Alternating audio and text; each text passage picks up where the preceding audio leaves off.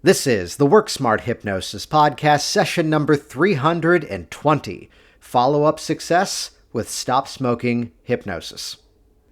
So it's a bit of a funny story before I get into the content for this week's specific episode, that the story goes back to the time frame in the early 2000s when I was working in professional theater. And the situation, the lesson that I learned the hard way was don't you dare ever go into a dressing room and make the statement, "Hey, just want to make sure everything's okay," because then they respond, "Why? What's going on?"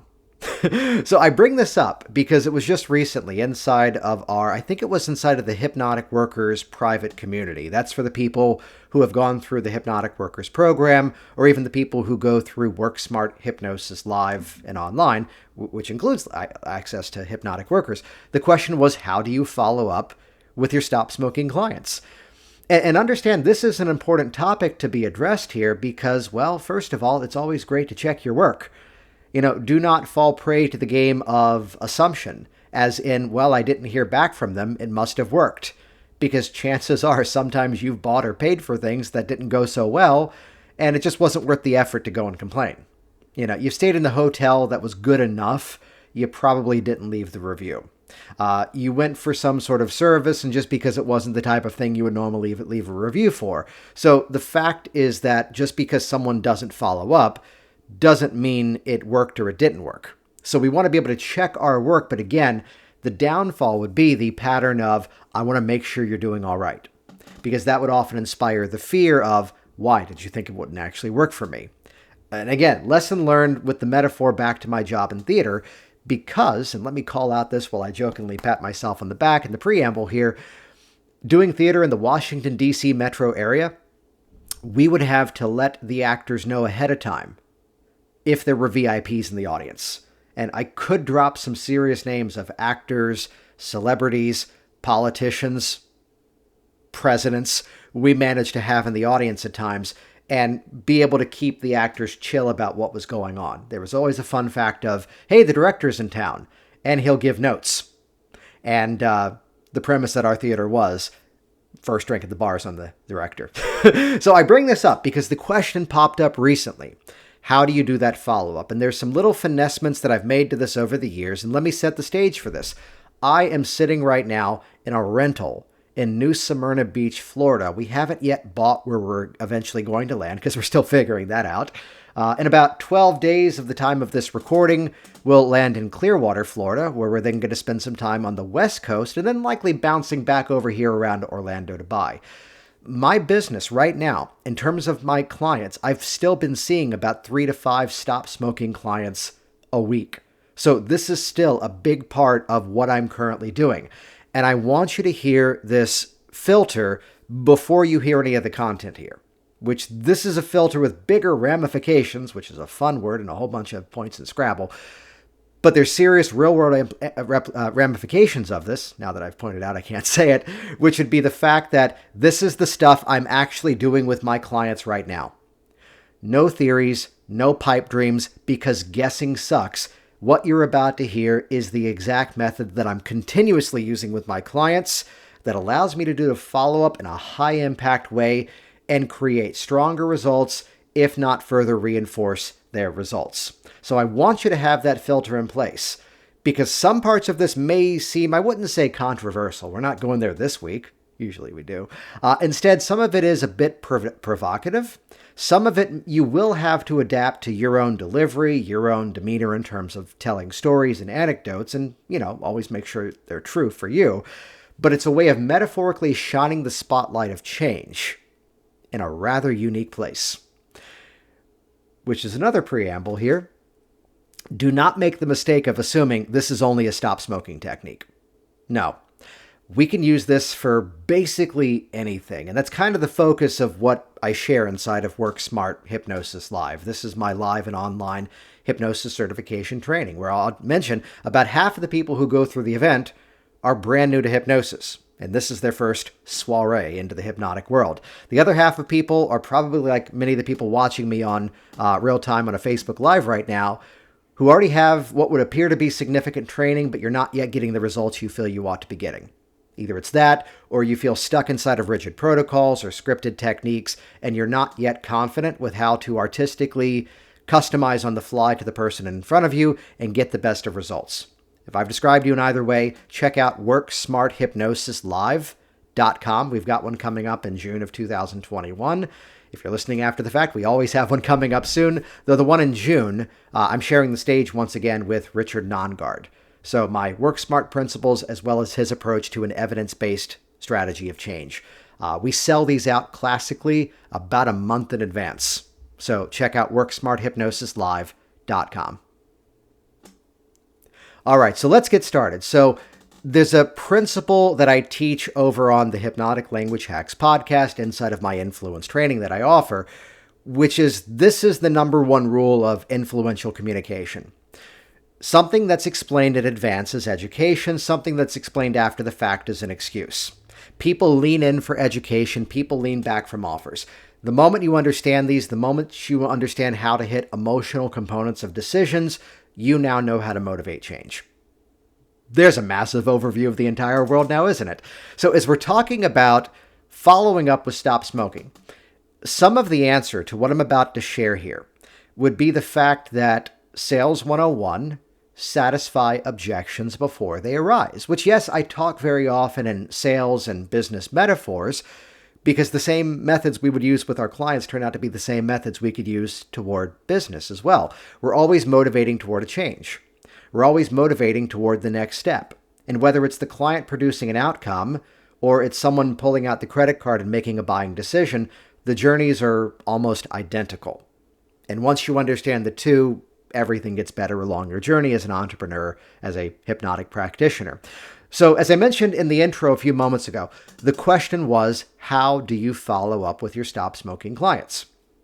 And someone in the group did respond that they have an automated email campaign that follows up on this date and that date and this date. And I'd say that's great. And I think to best explain this, I need to set the entire stage for how this plays out, which I want you to hear right now. I am seeing these clients at a premium rate, and I'm doing this from a corner of a bedroom. My laptop is on an end table.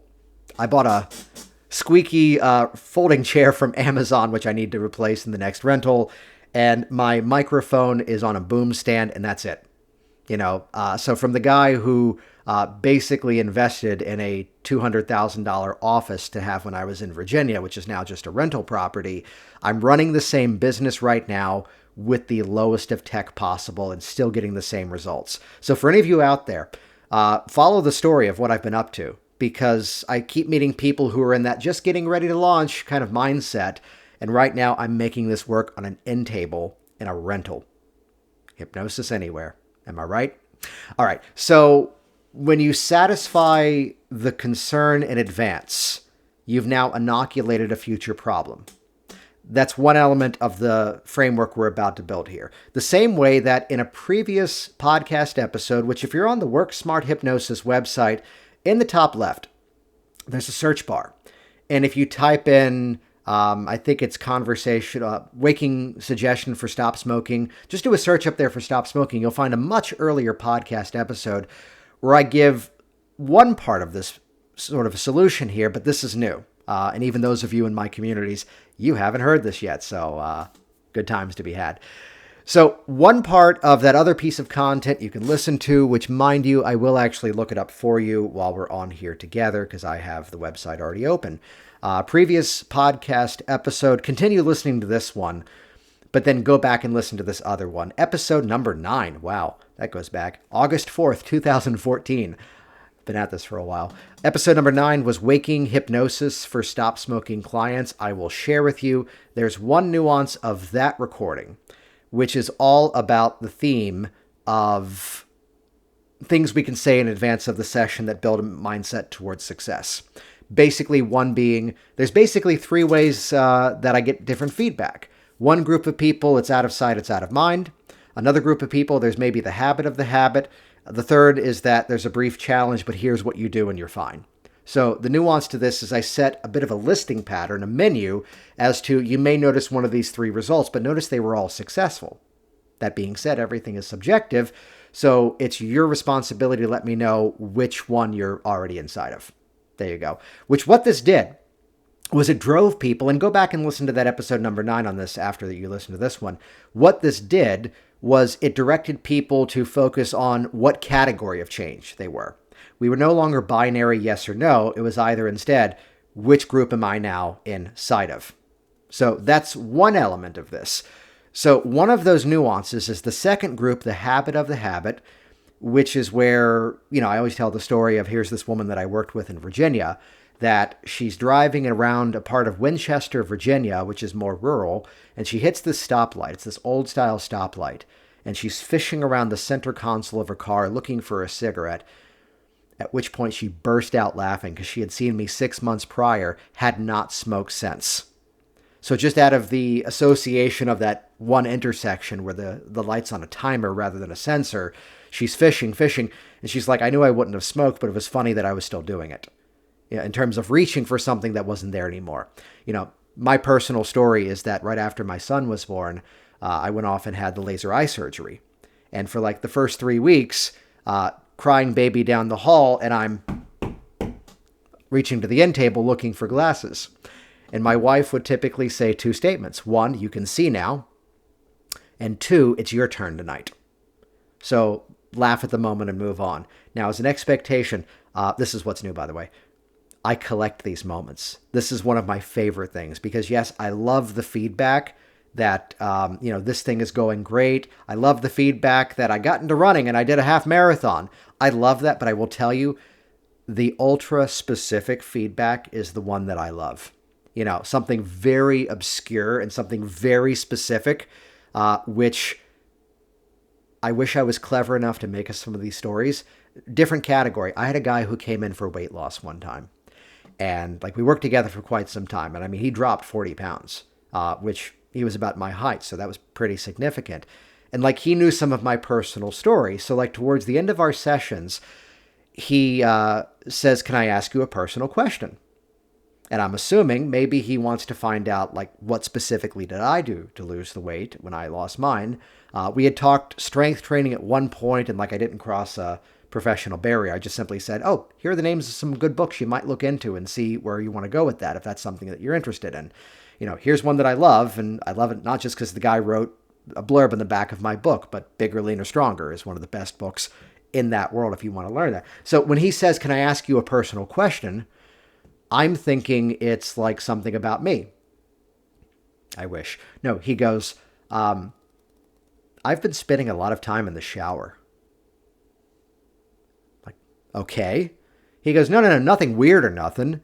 But I'm in the shower for an extra 10 minutes because now that I've lost the weight, I am just fascinated with how my body feels differently than it did before. When I'm washing my leg, I can feel my fingertips around the other side of my leg. I've never been able to do that around my leg. Washing my back, the bulge, that's why I used to never wear t-shirts, is gone now. It's just smooth. And then for those of you listening to me right now, he starts making a gesture inches away from his chest in a circular pattern. And he locks eye contact with me.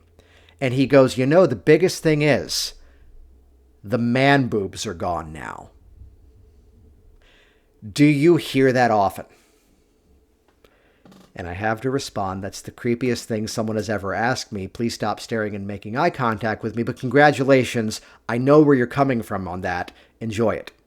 We had the rapport that I can poke fun of him that way. So I bring this up, which is exactly the reference you all expected here today on an episode about stop smoking hypnosis. I bring that up because the more oddly specific the feedback, and trust me, you can't weird me out now because I've heard everything. Here's the person that going to the bathroom was easier. Here's the person who, so what you're hearing right now are some of the stories that I will drop conversationally during either the sales consult or in conversation during the appointment. Now, this is the pre-frame. I am setting an expectation for oddly specific change. I want to pause here for a second, and I want to highlight exactly what's going on here. If you change the direction of the spotlight as to where you focus your suggestions, the stuff that would have to happen for that oddly specific suggestion to occur becomes what we like to call in hypnosis a presupposition. So when I say during the 5th class, for those of you inside of Work Smart Hypnosis Live, that's where we start to troubleshoot specific client problems, like someone mentioned about someone who went back to smoking. Which inside of that presupposition would be the assumption that, well, sign up for the class, and that's when we discuss that. Which, again, I want you to hear this. When you metaphorically shine the spotlight of change to an oddly specific place, it presumes everything else that had to have happened will happen. Do you want another example of this? I ask you rhetorically, for the most part, because you're going to be listening to the podcast, though we have a massive audience watching me do this one live. I think it was the man boob story. It was instead the place that if your weight loss client, we all know the eat slower, taste the food more pattern, and I'll just call it out. Part of what I do is directly modeled from Roy Hunter's Art of Hypnotherapy, his benefits approach. You find yourself eating slower, tasting the food more. That's pointing the spotlight of the change on the action. My suggestion to you is point the suggestion for the change on what needs to happen after that. Now, not an action the client is taking, but listen to what's different with this. And as you're there, being drawn to the appropriate foods in the right portions, eating slowly to taste your food even more, be there in that moment now, where it's as if you can feel the exact changes on a microscopic level as to how your body is responding differently to the different food choices. As if you can feel the lean, healthy proteins breaking down and becoming the building blocks of your body. As if you can feel the appropriate healthy fats becoming the hormonal balance of your body.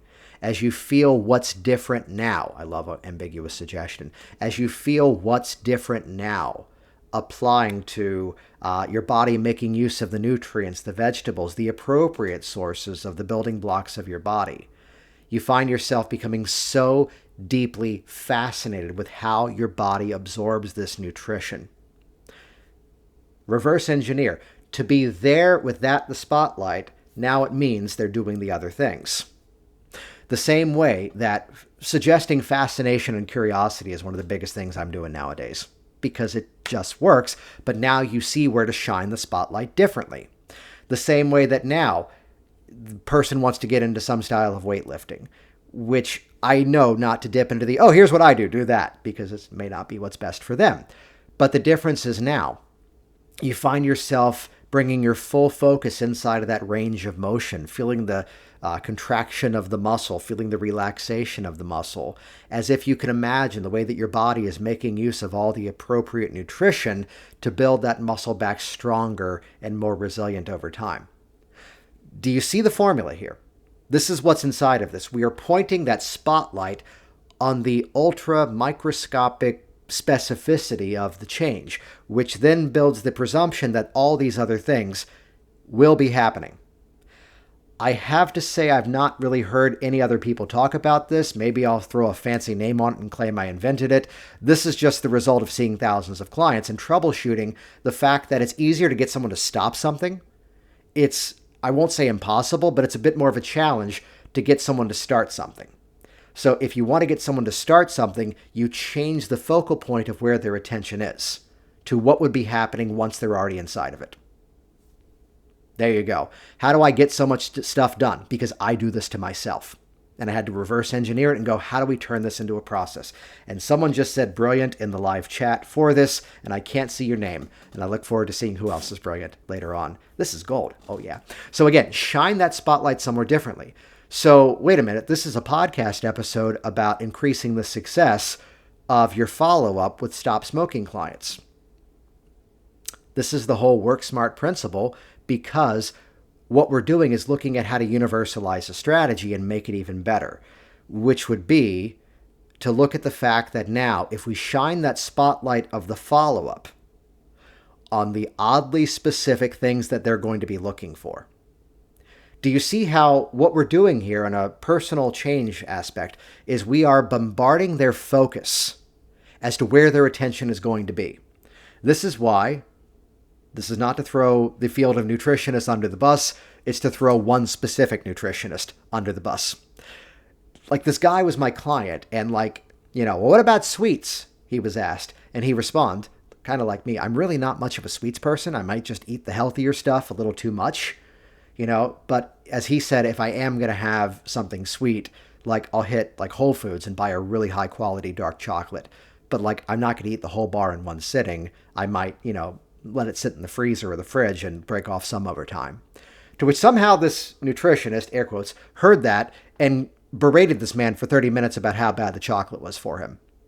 And I'm like, how'd that go for you? He goes, when I left, all I could think about was chocolate. So stop suggesting the thing they don't want and start suggesting the thing they do want, which again, let's change their focus. If we don't shine that spotlight in the right place, what happens is now they're going, am I smoking here? Am I smoking there? If you change the internal dialogue, if you change, which again, you've heard me in a recent episode say, I look at hypnosis now as a process of mutual positive psychological influence in which hypnotic phenomenon may be possible. Do you see how we're finessing their attention? But again, every personal change, all of them, always come down to showing people they have more options and more strategies than they gave themselves credit for. There's every stop smoking, nail biting, procrastination, too much of this, too much of that client. That's the change every single time. That's the story that we're helping to direct inside of their minds.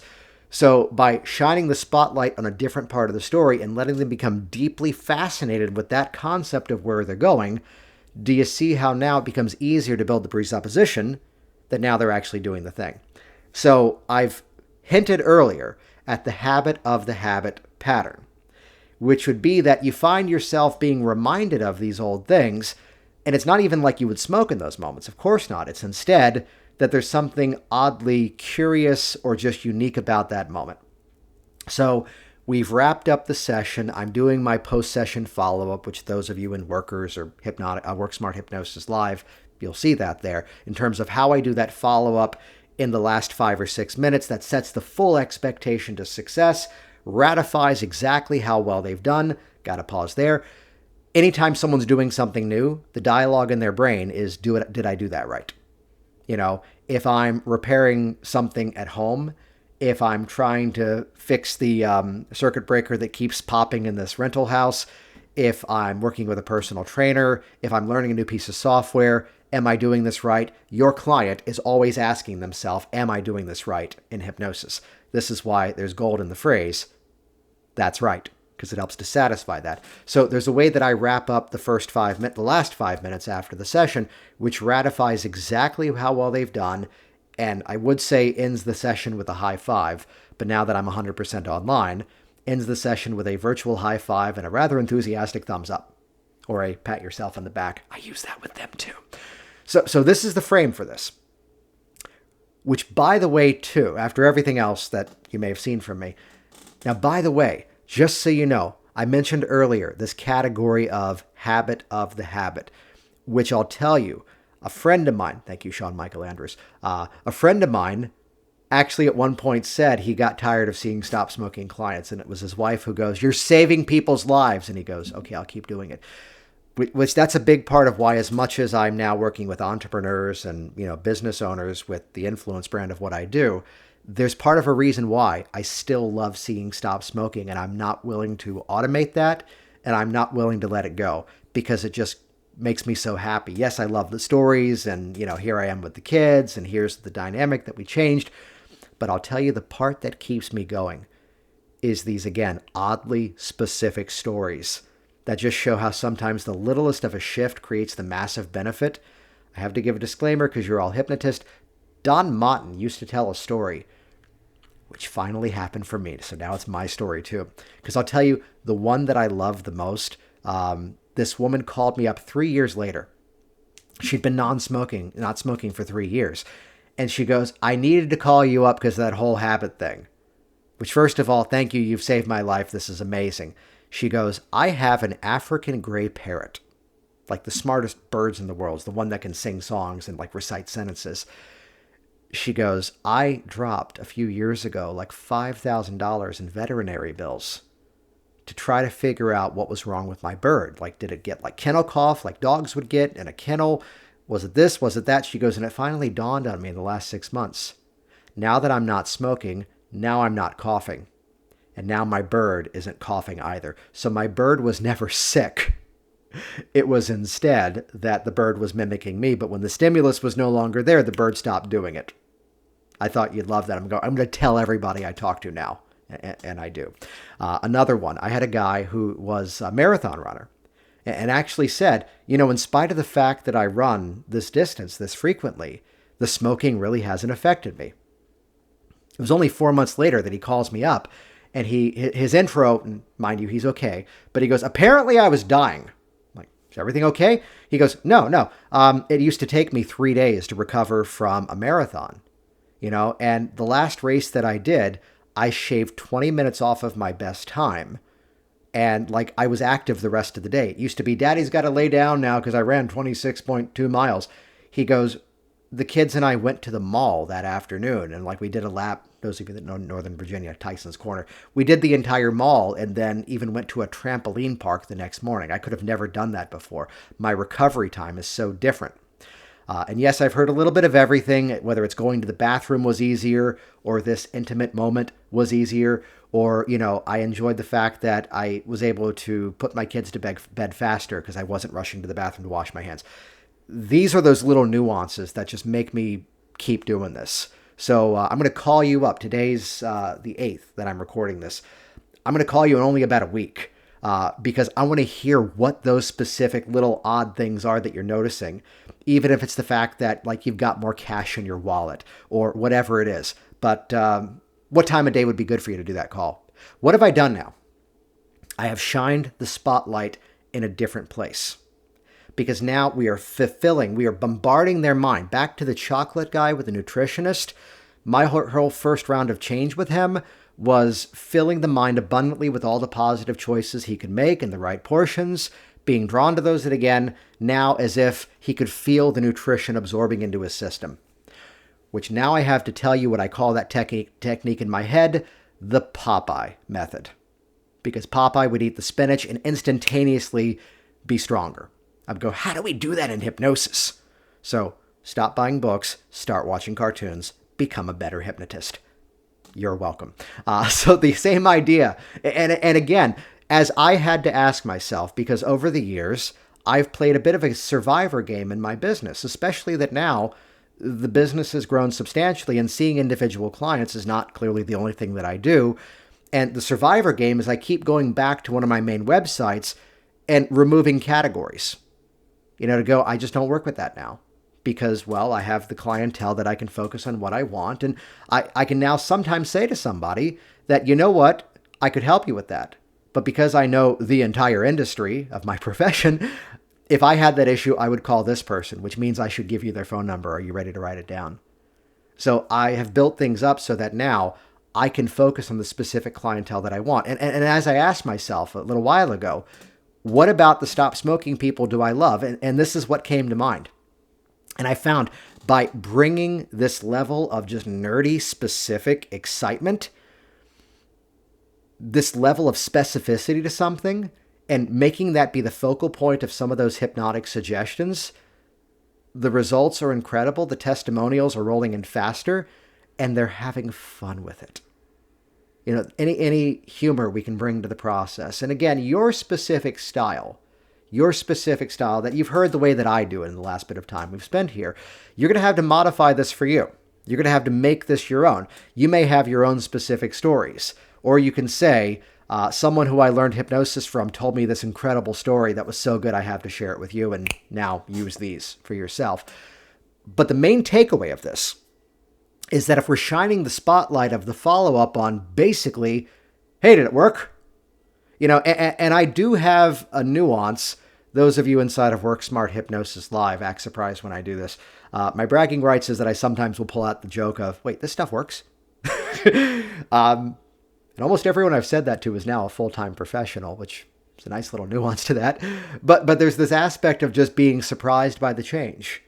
And yes, it's wonderful. I've saved $15,000 by not smoking for 5 years. Yes, it's wonderful that, this health benefit is there. My doctor cleared me for the surgery. But the fact that, in the morning when I go pee, it's not cloudy and ugly and it doesn't smell bad. I just realize I'm taking better care of myself. How much more specific can I get here, people? Not me, I don't smoke. It worked. No, so by focusing that attention, so look at, this is the whole work smart philosophy. Nobody puts hypnotic techniques in the corner. Thank you, Dirty Dancing. Look at any specific method and look at what I've shared with you. And even better, go over to the Work Smart Hypnosis community. That's a free group on Facebook. Go to the show notes eventually and you'll see that there. And I want to hear your commentary on how you might adapt this for other things. You know, the fact that I direct attention in my public speaking clients to the feeling of your own voice resonating in the chamber of your own body. For that to be happening, they're speaking with confidence and using their full voice. What has to happen in the oddly specific nuances of their change? Let me direct the focus there, which then presupposes everything else dominoes for that to occur. This is a big thing that I've put into a change in terms of how I work with people. And I want you to hear the same nuance that maybe you've heard me say before here. I am constantly looking at playful language. How do we go placebo on techniques that actually work? Which the premise is, how do we take methods that actually work from an evidence-based approach to hypnosis and now frame them in a much better way to make them even more effective? That's how we follow up. That's how we create greater results. That's how we create phenomenal shifts that inspire stories and turn your clients into raving fans.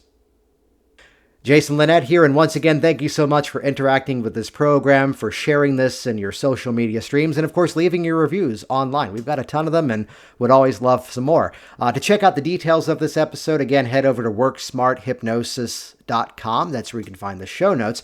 And while you're there too, if what I've shared today has resonated with you, be sure to check out worksmarthypnosislive.com. This is now the live and online certification training that I offer. You qualify as a certified professional hypnotist for those of you that are brand new to all of this, though I will say half of the audience tend to be people who would hear content such as today and realize there's some further nuances, some work smart philosophies that will make your work even more effective.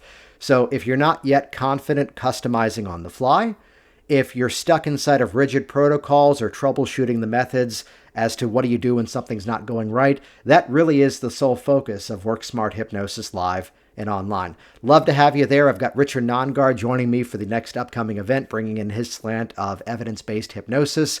And again, lock in your space early because these events do tend to sell out pretty far in advance. We lock them in, practice with people all around the world. And the fact is, as we're so many of us moving our sessions, our services online, it makes sense to learn and practice hypnosis in the platforms you're going to professionally be making use of hypnosis. So check it out and join us for the next event, worksmarthypnosislive.com. See you there.